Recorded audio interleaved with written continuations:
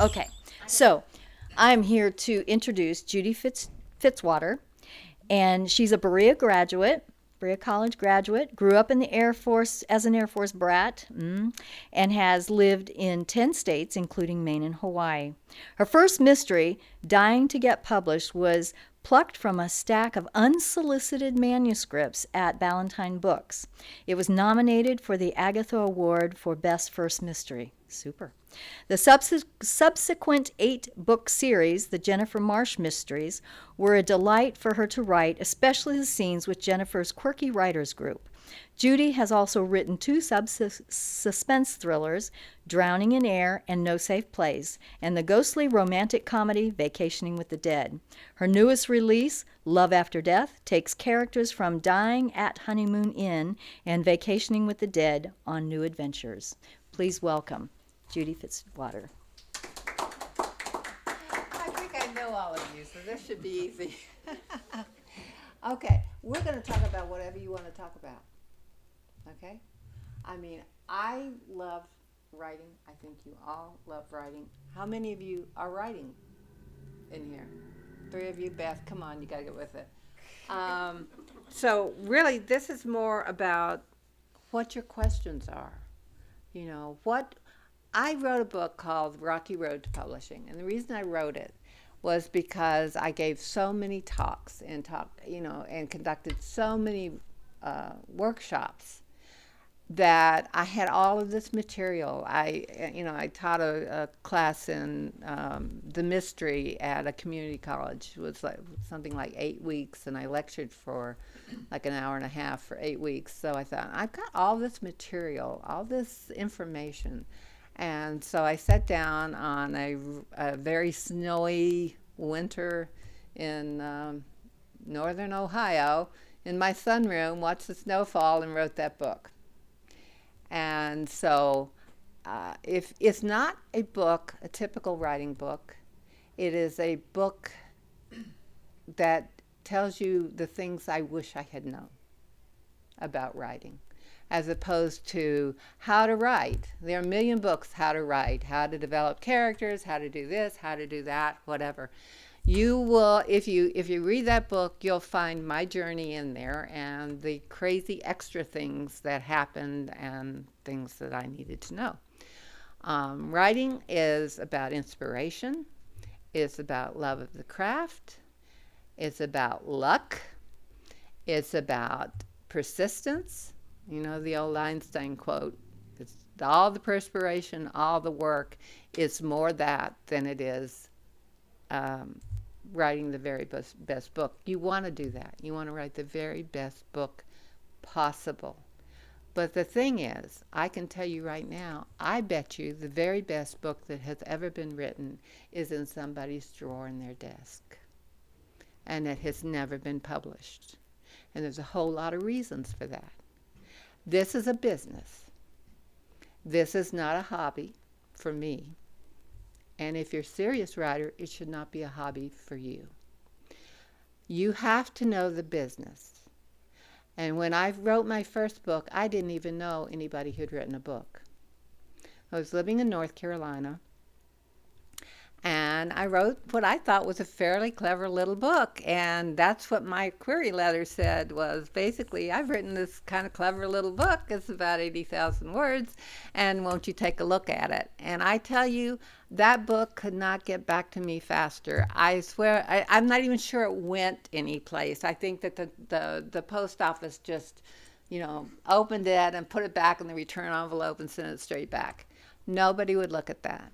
And why? Because I didn't know how to write a query letter. I didn't know anything at all about the business. I didn't know that the business was more important than the creative process in getting published. So when we left North Carolina, I had been working as a part-time freelance at a little newspaper, which was fabulous for me because I had deadlines, and I was writing, in addition to the normal column kinds of things, the cooking column, the social column, and then I was writing every week a feature article, which really, really taught me how to write. because I know I've got at least one journalist here. You have to know how to structure an article. It's totally different from structuring a book, but it gives you great practice. It also gave me great insight into how to create a story, because I could be one week interviewing some guy who collected baseball caps and trying to figure out what it was that fascinated him about baseball caps. It wasn't the caps. It was why he was so interested in it. That was the story.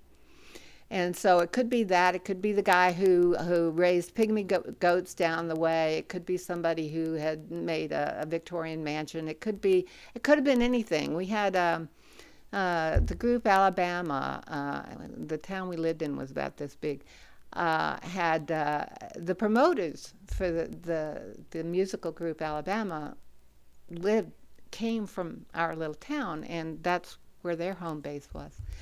And I interviewed this guy who was a promoter for Alabama. And he actually was a chess enthusiast, so I was actually doing more on that side. Whoops. But the thing was that when he sat down across from me, he was so nervous, and I'm going, oh my God, I'm nobody. And you promote these things. The thing about it is that we're all very human, and that's what you're trying to capture when you write. And that's why modern writing is not omniscient.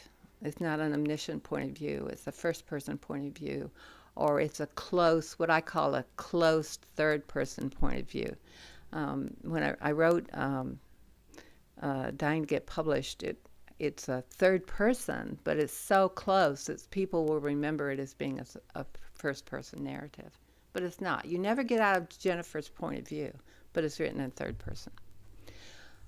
That book was interesting. I had written, like I said, by that time I'd finished 2 books and was editing the second one, and I wrote about 13 pages of the Gennifer Book, Dying to Get Published. And it was one of those, you're either going to cry or you're going to laugh. So I decided to laugh, and I wrote this outrageous 13 pages about this very frustrated mystery writer who was having trouble getting published, so she decides to commit a murder because she was watching too many talk shows on TV where people were getting exonerated and coming on and getting all this publicity and becoming media darlings and selling their books and stuff. And so she had this brilliant idea. Needless to say, this is a black comedy. And when I took it to my writers group, at the time we were reading out, we were passing out the pages and reading there. We stopped doing that, but that's what we were doing at the time. And then we would discuss the books. Well, when my pages went out, the titters started going around the room, and everybody started laughing, and they were going like, talking to each other and turning to each other, and they said, "This is great." And I said, "I can't sell this book. Nobody's going to buy this book. It is so over the edge, and it's not typical. It lampoons the mystery industry. It lampoons publishing. It's just, And they said, thank God, back to me, "We don't care if you ever sell it. We have to read this book." The ironic thing about that book is that while I'd been sending out queries and I'd been doing this back and forth all this time, when that one went out, it sold on the first outing. So the first time I sent it out. I sent it to 2 places, actually. I sent it to a fairly small but national press. Don't ask me. It started with an A. I can't remember now. And they liked my writing, but it wasn't for them, and I know it wasn't. But I sent it to Ballantine Books, which is a division of Random House. And the reason I did that was because I had also been reading everything I could get my hands on. I'd bought this book that had an article in it written by a man named Joe Blades, who happened to be the head of the mystery department at Ballantine Books. And he said in that article that he actually bought books one or maybe two every couple of years that were unsolicited. Okay, and what I took away from that was that he actually read the slush pile, or somebody read the slush pile. I was having trouble getting an agent. I couldn't get an agent with that book because for some reason agents didn't think it was funny that I didn't like them and I was killing them off. So anyway, but who would feel the same way? And I thought, editors. So I started writing to editors, and I always got better response from editors than I did from agents anyway. So editors actually would look at my writing and say, this is good stuff, but I can't use it or whatever. If I'd met them at a conference or something, they would look at it and whatever. But anyway, so Melinda Lowe, whom you may or may have not ever heard of, she's a science fiction writer now, was actually working for Joe at the time, and she read the first part of it. She recommended it to Joe. He read it, and he said, order this book in. And what I did too, by then I had learned, break the rules. They make the rules. They don't help you. They help them. Like if they say, I need the first 3 chapters, I wrote very short chapters. So I'm looking at my book going like, yeah, my, 60 pages for somebody and maybe 15 or 20 for me is the first 3 chapters. So that's not working well for me. So I looked at my book and I looked to see a really, really funny, good place to stop it and another great place to pick it up. So I broke it at about 50, 52, something like that. Ask me any questions you want. Yeah. When you talk about breaking it up, and you're talking about as part of your total query package. Oh, when I sent yes, I sent it unsolicited with a query letter and with pages. And broken according to the way you thought it would sell best. Yes. Aha. So you Yes. freedom with Yes, I ignored what they told me to do. Glad to hear that. Yeah, don't do what they tell you to do. Mm-hmm. Oh, I got even better, but all the names have gone out of my head. So here's the gal named Mary Kay. I know a million writers because I wound up in D.C. and I tried to meet every writer I ever came near. And I went to all kinds, joined every organization I could. Anyway, this gal named Mary Kay, something, McComas. I was thinking it was McComas. Okay, she's a romance writer, and she's fairly well known in that circle now. She actually wrote her book and sent it to Harlequin on a spiral-bound notebook. That was her first one. All right, now the funny thing about that is the woman who received it, only 3 minutes? 3 minutes. Oh, phooey, I could go on for 2 hours. The woman who received it said, who in the world would do this? And was intrigued and read it and bought her book. So you guys are going to have to come talk to me in there and read my Rocky Road, because that will give you pretty much my stories. So yeah, don't follow what they tell you. Trust your instincts. They'll tell you not to query a publisher directly. You absolutely can do that.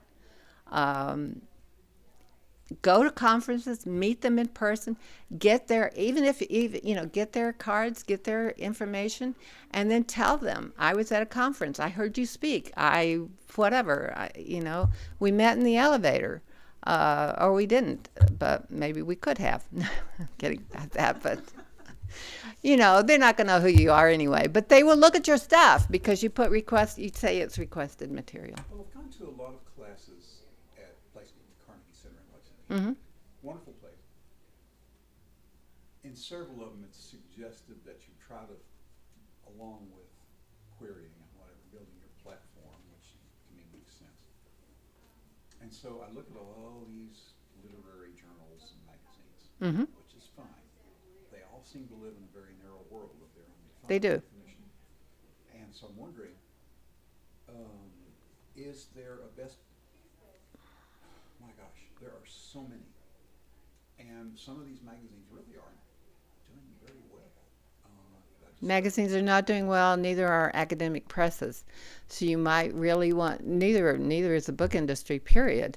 So you may want to look does this have to be literary, or can it be popular fiction? I am a popular fiction writer. I'm very proud of that. I would have it no other way.